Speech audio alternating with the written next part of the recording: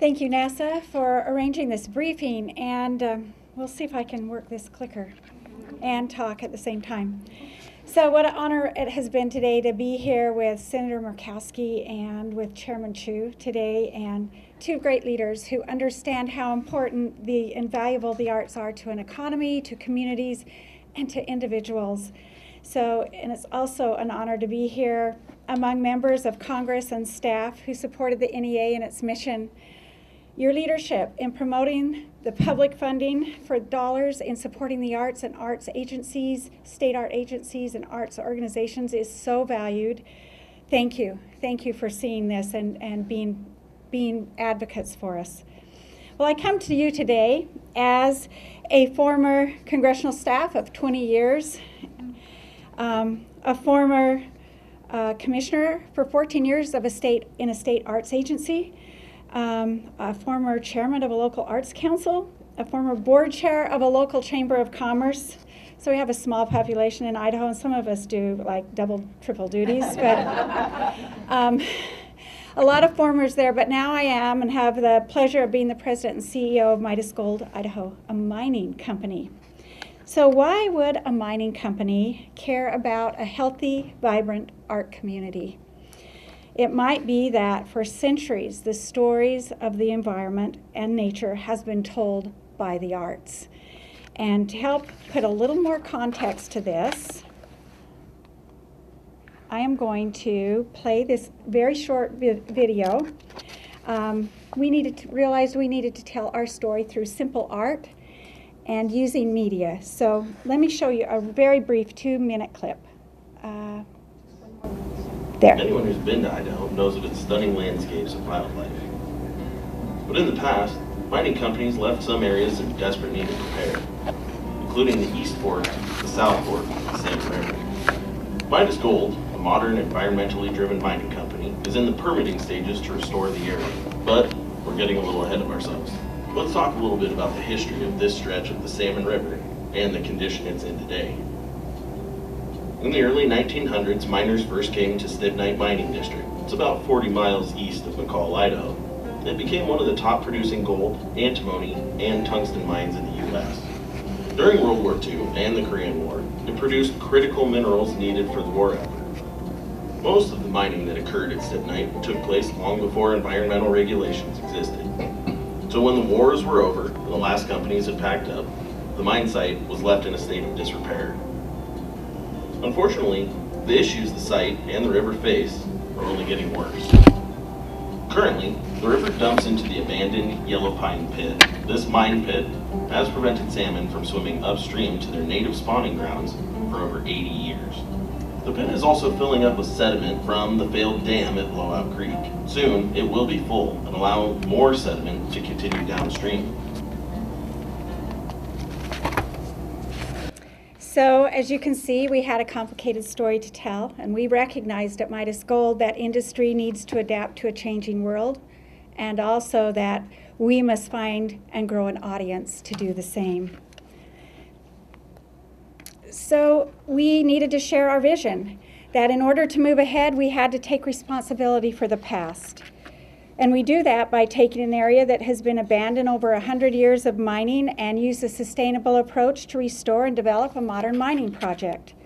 And in order to do that, we recognize that the economy and the environment must work together, just as Chairman Chu talked today about the arts and industry having to work together. We knew we had to bring people together. So in order to do that, we needed a staff who could think bigger, communicate creatively, imaginatively, do some problem solving. Our employees began to think beyond just mining. Engineers and geologists had to think bigger.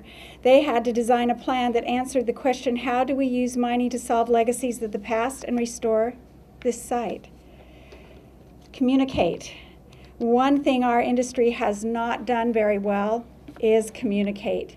And we recognize that we have to take a very complicated plan full of numbers and engineering designs and translate it to a public that is unfamiliar with mining and distrustful of the industry. Words and numbers alone would not work, and we needed an emotional and visual method of communicating.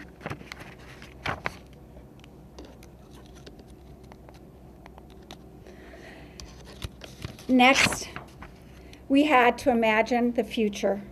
We had to visualize it and then communicate to our audience.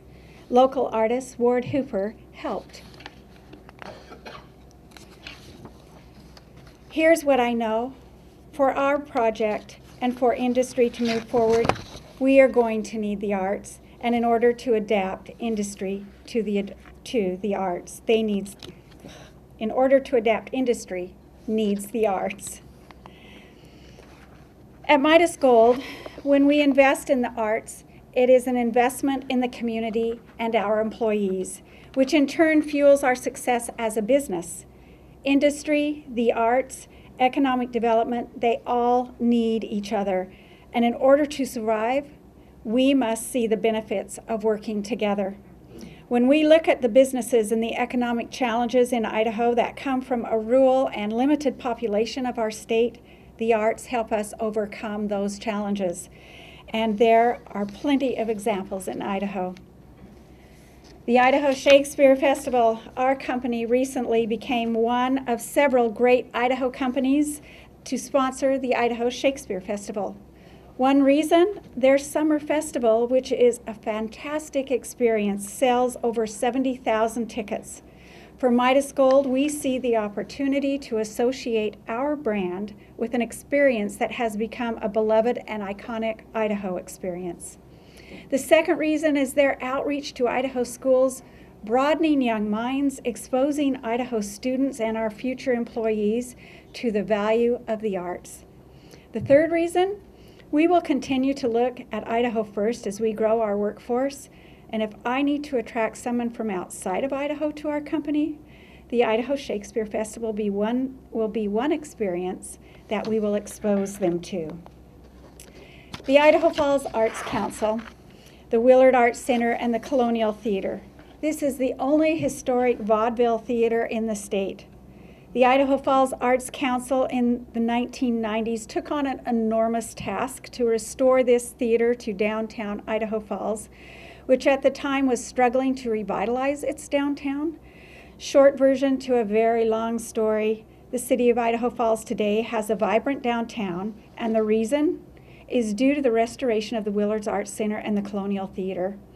It brings $2.6 million in economic benefits to the community, with a $1.1 million operating budget.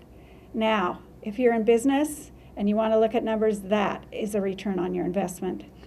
One last note about Idaho Falls. It's a regional community of over 50,000 people, and it's also surrounded by a rural Idaho. It is the home to the Department of Energy Idaho National Lab. One of their biggest challenges is attracting a workforce from larger cities.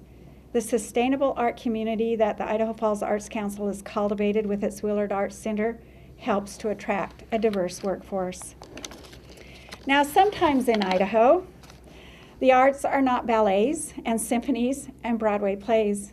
In Idaho, the arts can be cowboy poetry, history of the West, Western crafting like leatherwork designs on saddles. The National Oregon-California Trail Center, located in Montpelier, Idaho, just so you know, has over 48,000 visitors during the summer, and many of them are on their way to Yellowstone and Teton National Park. Tourists stop for a visit to see a piece of Western arts, culture, and history while they shop in local stores and eat in local restaurants. Another Idaho original is the Old Time Fiddlers Festival in Little Weiser, Idaho. This festival makes a tremendous social and economic impact in this rural Idaho county. Every June, for about 10 days, the population of Weiser doubles from 5,000 to 10,000 people. In those 10 days, the Fiddle Fest injects about $7 million to its local economy. There are so many more examples I could tell you about how the arts and cultural events and facilities have impacted the economy of Idaho. Industries and businesses across Idaho recognize how vital partnering with these events benefits our audience reach, builds our workforce, gives back to our communities. We recognize that in order to succeed, we have to sustain and build each other. We must stand together, and the arts have always led the way in helping to think bigger, communicate creatively, and imagine a better future.